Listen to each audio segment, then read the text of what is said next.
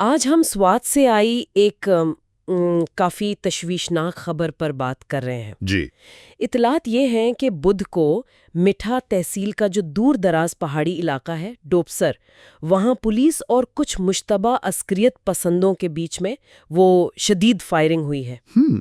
یہ واقعی ایک سنجیدہ صورتحال لگ رہی ہے۔ ہمارے پاس اس پر ایک رپورٹ ہے، تو آئیے ذرا تفصیل میں جاتے ہیں۔ بالکل، ذرائع تو یہی بتا رہے ہیں کہ یہ جو مشتبہ افراد ہیں جنہیں کبھی کبھی وہ خوارج بھی کہا جاتا ہے، ہاں سنا ہے۔ اور ان کا تعلق کالعدم ٹی ٹی پی سے جوڑا جا رہا ہے، تو ان کے اور سوات پولیس کے درمیان یہ جھڑپ ہوئی۔ اور افسوسناک پہلو یہ ہے کہ جانی نقصان بھی ہوا ہے۔ جی ہاں، بہت افسوس کی بات ہے۔ ایک عام شہری جہان بہا، ان کی جان چلی گئی، اور ایک پولیس اہلکار صاحبزادہ وہ بھی شدید زخمی ہیں۔ تو یہ جو جھڑپ ہوئی یہ گوالیری کے پاس ڈوبسر کا پہاڑی علاقہ ہے، مطلب کافی دور افتادہ جگہ ہے۔ جی بالکل، اور شہری ہلاکت اور پولیس اہلکار کا زخمی ہونا یہ خود بتا رہا ہے کہ معاملہ کتنا سنگین ہے۔ لیکن ایک اہم بات جو سامنے آ رہی ہے وہ یہ کہ یہ سب کچھ بالکل اچانک نہیں ہوا۔ نہیں، ایسا نہیں ہے۔ اصل میں کچھ دن پہلے سے ہی وہاں کے لوگ وہ سوشل میڈیا پر بتا رہے تھے۔ اچھا، کیا کہہ رہے تھے؟ وہ کہہ رہے تھے کہ پہاڑی علاقوں نے، بلکہ کچھ تو آبادی کے قریب بھی مسلح لوگوں کو دیکھا گیا ہے۔ ان کی نقل و حرکت کچھ غیر معمولی تھی۔ اوہ، تو یہ جو عوامی انٹیلیجنس ہوتی ہے نا، یہ اکثر آپ کو زمین پر کیا ہو رہا ہے اس کی پہلی خبر دے دیتی ہے۔ تو مطلب مقامی سطح پر خطرے کا احساس پہلے سے تھا اور لوگ حکام سے کہہ بھی رہے تھے کہ کچھ کریں۔ جی بالکل، اور پھر بعد میں سوات پولیس کے ترجمان ہیں معین فیاض، انہوں نے بھی تصدیق کی کہ ہاں بھائی، پولیس کی بھاری نفری علاقے میں بھیجی گئی ہے۔ لیکن سوال یہ ہے کہ جب پہلے پتہ چل رہا تھا تو رد عمل وہ فوری کیوں نہیں تھا، یا کس نوعیت کا تھا؟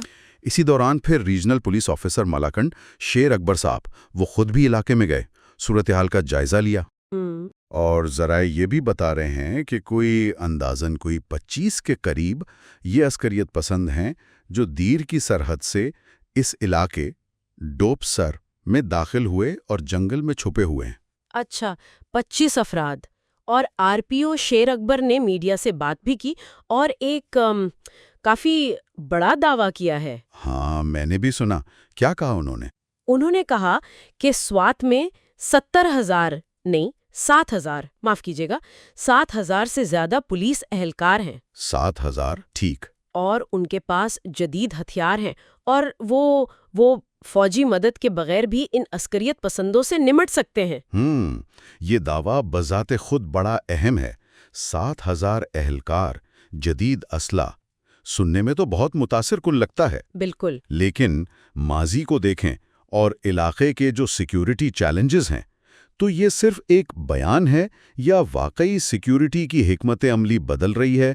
پولیس پر اتنا انحصار یہ پہلے سے تھوڑا مختلف ہے۔ اور یہ واقعہ سنتے ہی فوراً ذہن سوات کے ماضی کی طرف جاتا ہے، وہ 2007 سے 2009 والا دور۔ ہاں، وہ تاریک دور جب طالبان کا کنٹرول تھا، اور پھر 2022 میں بھی تو ایک صورتحال بنی تھی جب کہا جا رہا تھا کہ پی ٹی آئی حکومت کے وقت کچھ عسکریت پسندوں کو افغانستان سے واپس آنے دیا گیا۔ جی بالکل، وہ اطلاعات تھیں، اور یہ خوف جو ہے نا، یہ وہاں کے لوگوں کے ذہنوں میں بہت گہرا ہے۔ سمجھ میں آتا ہے۔ اسی خوف کی وجہ سے تو 2022 میں وہ سوات تولسی پاسون بنی تھی، یعنی سوات عوامی اٹھان۔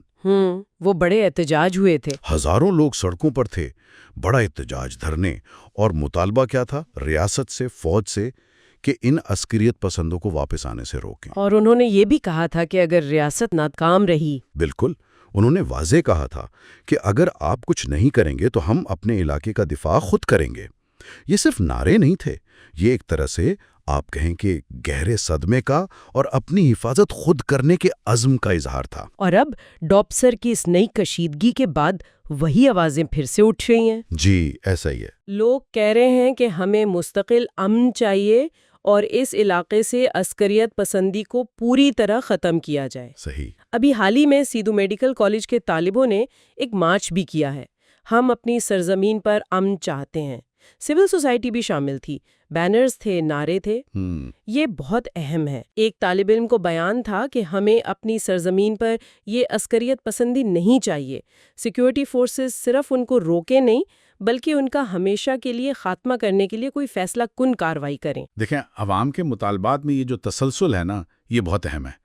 لوگ اب صرف وقتی ایکشن نہیں چاہتے، وہ دیر پا امن مانگ رہے ہیں۔ اور فیصلہ کن کارروائی کا مطالبہ۔ جی، اور یہ سوال اٹھاتا ہے کہ ریاست کی طویل مدتی حکمت عملی کیا ہے اور کیا اس پر عمل ہو پائے گا؟ تو اگر ہم سمیٹیں تو ایک تازہ جھڑپ ہوئی ہے، مقامی لوگوں نے پہلے خبردار کیا تھا، حکام پولیس کی صلاحیت پر بہت زور دے رہے ہیں، جی، جبکہ عوام ماضی کے تجربات سے خوفزدہ ہے اور مستقل امن چاہتے ہیں۔ بالکل۔